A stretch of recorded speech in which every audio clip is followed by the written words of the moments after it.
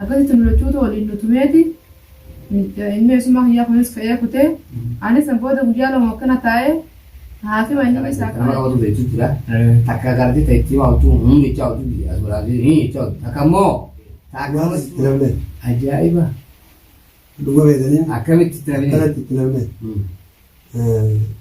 ilmaanillee Oromia ansini mbona Oromia biyya seenaa Oromia Kan jirra asii markaa kun daawwattoota barduttoota keenya assalaamu alaikum warahmatullahi wabarakatuh. Marraa sadafnii jirra manguddoon dhufteeti mana ilma eessuma hiyyaa jirti ni gawaan jaanii daa'u walumaa irra geenyaa sinii amma dubbisiis kan hin raafatin dubbiin teeti akka teettaate isarraayis gartee barree jirra inninis dubbaree jira eessatti dogongoree ni gartee atis yaada keessatti gartee ati dibeeta duratti waan gaabaa isaa dubbisu mee gaabaa bisi naa wanni aan dogongoree akka isin haa himatu wal mirgaa jedhe yaasa himmatu maaliin balleessee haala ulaa dhumna jiftime atis gartee waan badii qabu keessa haala ta'e kana keessatti bikka maal gartee maal lageessee yoo fadhuma ta'e dubbiin wani naan walaatu cufuu danda'u annamu takka ala buleen deemu takka alan bulle deemus galgalumaan dafee bas dalaga ragguu bees honaan bira dhaqees zaata kalamaran taa'u mana gala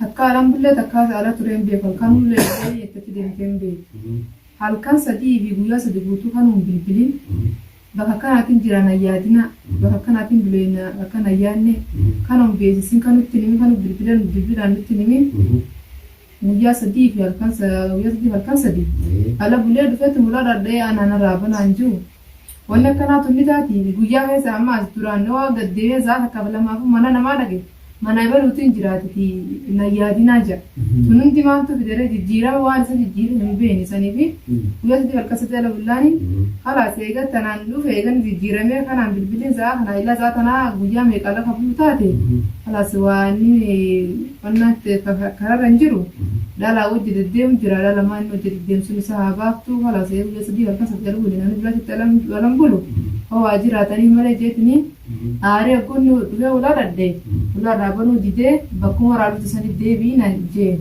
hoggoo akkana jummaan naan jeenni ijoollee guyyaa dhiyoo na tumtisaniin barbaada futee jeeka guyyaa dhiyoo nama nabbitee na tumisan duba isaan sanoo halkan irraa kafalatte guyyaa irraa kafalatte halkan teessee irraa kafalatta hin galtuu hin jee bilbiltee maanuun himiin hin jee takkaatu kanuun bilbilin hangaa hin teenye adda guyyaa saman tokkana si godhe homa jira malee bidaashii miti ulaa sirraan bannu guyyaa sadii halkan sadii bira bultisan isuma bira deebi'ii jeetiniin ulaa irraa banuu didee ammaas guyyaa haan galgala anaaf mucaa ilma isuma hiyyaa kanatu mana keessa tattaa'u jira narra bilbileeti isa kan amata meeqa kun amata meeqa keessa guyyaa tokkichaa isa wal gara jechuudha namni nasiba narra bilbilee akkasii mana hijiraan bee akkasitti ka'ee dhufe jechuudha wagguunni ka'ee dhufe nuti tatteenyaa haasuu jirra olma seenaa ulaan bana jirti dubbii takka malee anas tumee isas tumee lachuutu dhiigan yaasee akka bishaanii kanatti namni kun allaanoo anis namarraa hin dhaladhee innis namarraa dhalatee nama kaasuu addan baafatiin akkasitti nu lachuutu waliin nu tumeeti inni eessuma hiyyaa kunis ka'ee kutee anis booda guyyaa lama akkana taa'ee haakima inni haakima nageessuu dinnaan haakimallee nageessee nallee laallee akkasitti kalaasanii sucuuti guuradhee waan ijoollee dhiisee ijoollee warraafisee ka'ee bira deemee jechuudha. Sucuuti fudhadhee deemee mana namaa dhaqeetiin mana namaa taa'u jiru. Telefoona kee tufadhee inni eessuma inni isatu na barbaade jee fayyadamee na abbaan nu barbaadeetiin telefoona tufadhee jechuudha. Booda guutuu qe'ee bulee torbaan kanatti dhiyaadhee banee telefoona kana inni eessuma keessatti na barbaade sintii afuun si fayyadamaa banee hogguu banu nima bilbilee akkuma dura banetti inni eessuma fayyadamu bilbile. Akkasitti wajjin haasofnee eessa ittamaan jeeti kalaasiniin dhufa jeeni akkasi ka'ee mana isaa dhufee gammaan guyyaa dhiyoo akkasii na tumee sun kamii kamataa guduruudhaa sun akkasii naan jee bareedu sun abbaa mana kiyyaatii jeeti himee fi san booda boodarra yeroo sanii fi saayibni isaa kunis aaree lolee irraa kafallajee boodarra deebee guyyaa lama sadii bulee booda akka kanaan hin deemnuti isin kun saadhalmaaniiti isin suditti jira asitti isin araarsinaa jee karaa kanaan nutti dhufee jechuudha akkasitti si waamuu danda'e saayibni isaanii. amma gaawwan dubbiin jettu numa jenna heera dubartii Oromoo keessatti jaarsi bakka fedhe irraa yoo dhufe alatti itti cufuun hin jirtu. Isinis bakka kana badii qabdi.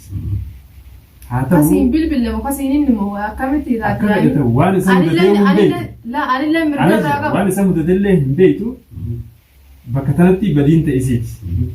Maaliif akkamitti badiin akkuma inni irraa mirga guutanis illee mirga irraa qabaaban. maaliif hidhamee hidhaa keessa ture bahuu danda'a. Telefoona irraa fudhatuu danda'a.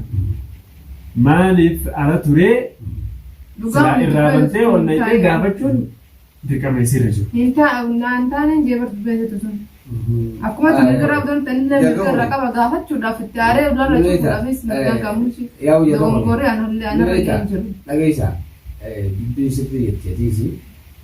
Saanti sirrii jettee taani. Akka tokko jira yoo akkamitti sirriidha yaani maal beektaa addunyaa kanatti yaada kiyya irraa baasi. Dubbiin addunyaa kanatti hubattee namni dhugaa dubbatees dubbiin kun sadii wal fakkaatti dhuguma atis haala qabda jennee akkasii dhugaa qabdi yoo jennee rakkoodha. Amma isin kana guutuu isin gidduu waan jiru amma naagalee jira. Jarjara qabdan. Duba kasa deebee guyyaa sadeera bira kana badii qaba kanaaf badii qaba kanaa keessa naan kasi teessee guddiftu.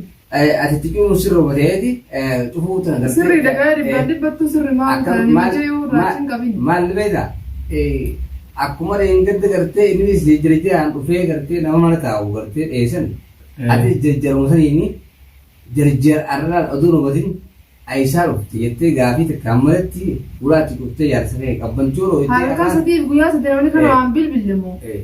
Laa waa tokko jira bee. Maal jechuun waan isa mudate. Amma halkan sana guyyaa sana amma isarraa isaan bule jennee. Akkas biraa gabbee wayisi deebi'e. Ayyee ati waa guyyaa sana itti dhufte dhugaadha. Isaan bule siin jee. Shaarraa bule jenne. Gaafanne yoo barisin. Ayyee shaarraa bule. Nama ulaa irraa nama gaafata ulaa irraa barisin. Ayyee amma haadha jira amma haadha jira jechuudha. Inni sana dhaabbatee waan Barama ni dhagayeesii misa shaarraan bule guutina dhufe saayipoota yeela jiru ni dhagayeetu ni dhagayeetu ni jaalladha. Ammaan tana dhaga'u jirti. Nu wajjin dhaga'u jirti bara. Nu wajjin haa fudhattu. Maal seetee. Haa ta'u inninis ala dhaabbatee akkanaan ta'ee waan akkanaatu na mudateetiin hafee narraa banii jechuun isiin silaa irraa bantee ol naqxee waan kana hunda irraa gaafachuun isa gaafachuu waan inni guyyaa sadii ala buleef Bar jarri dirqama isirra jiru kun. jarri kuni jarjara qabanii dirqamni akkana waan jiru jarjara qaban amma hamtuurri yeroo genne isaarra jira akkamitti isiin guyyaa sadii buleetti akka abdii bulee dhaabbata. Bar isaas ittuma guyyaa sadii halkan sadii bara walitti jira. Amma inni kan guyyaa tokkoon dhufeetu gartee rahiima gartee booskiin kaasee yoo jira.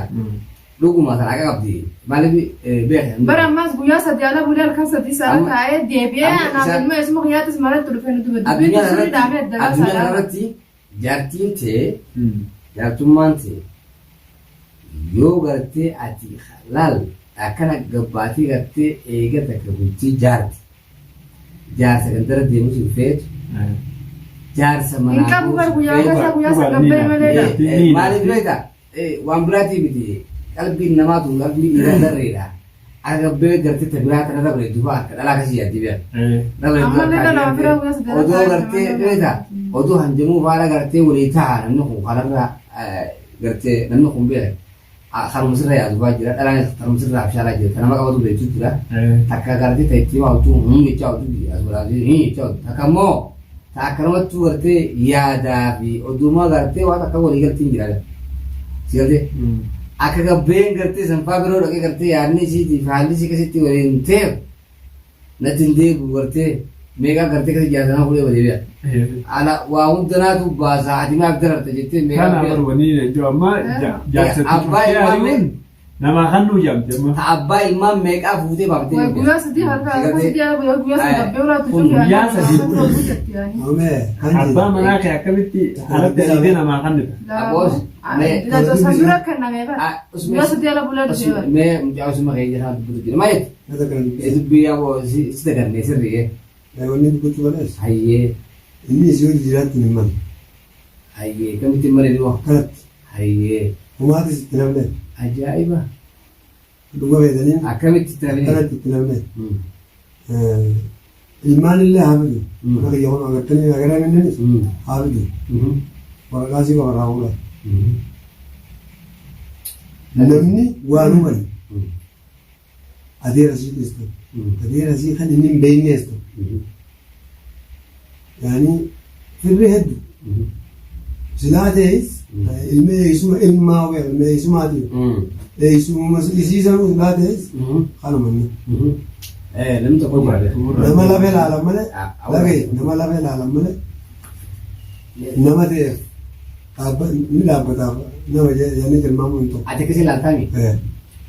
Akka fayyadda. Kalaam. Dhageessa. Guutuun. Mee wasitti nu dhugaa arra himaa ture siiti sinkaan tana. Eegatullee qabda yeroo tuumte dhugaadha reemni jirti yoo soddaan illee tuumu. Maamu qofa waan ta'eef. Taakadi. Amma Amma isin kabajaa nama dhageessa. Humni isa godhee hidhaa seenuu sodaan qabateera. Mee gaafa Narrattee malee amma gaafa isiin foorumtu gartee siinu gaafa isiin foorumtu. Oromia ansinin bona. Oromia, Oromia, biya sena.